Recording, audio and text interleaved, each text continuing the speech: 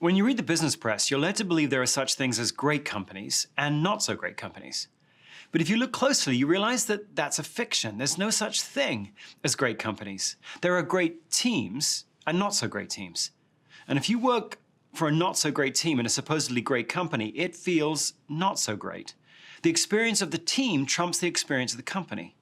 Now, when we go into an organization, we study the best teams in the hopes of finding out what they have in common, with a view to building more teams like the best teams. And when you do that, you find that there's huge range in performance, team by team by team, within the same company.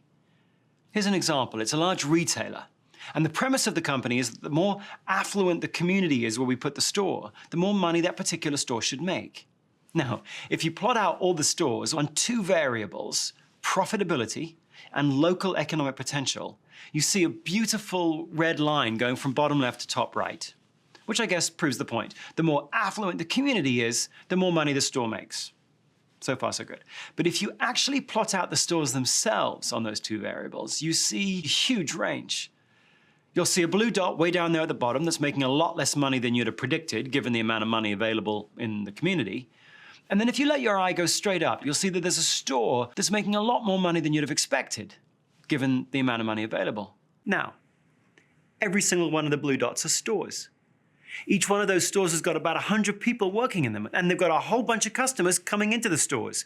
Everyone in those stores is paid the same way, they're trained the same way, they come to the same physical location, and they're trying to sell the same products to the same kind of customers in the same kinds of towns.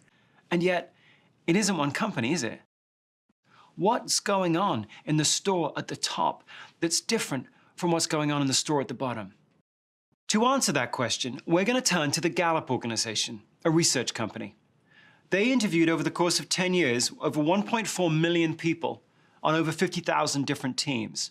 And though they find that the best teams have many things in common in terms of a feeling of being developed, of good relationships, a sense of mission, of purpose, they did find that one clear question predicts most effectively and most consistently whether you'll be on a high performance or a low performance team. At work, do you have an opportunity to use your strengths every day? Those teams where people say that they do consistently outperform those teams where people say that they don't.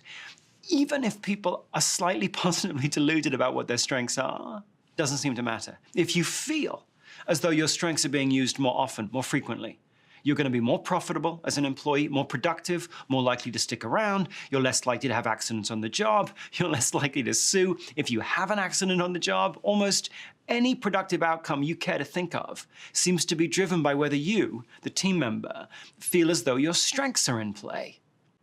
In fact, the data shows that those teams where employees strongly agree that they have a chance to use their strengths every day, they're going to be 38% more likely to be highly productive teams, 44% more likely to earn high customer sat scores on their teams, and 50% more likely to work on teams with higher employee retention.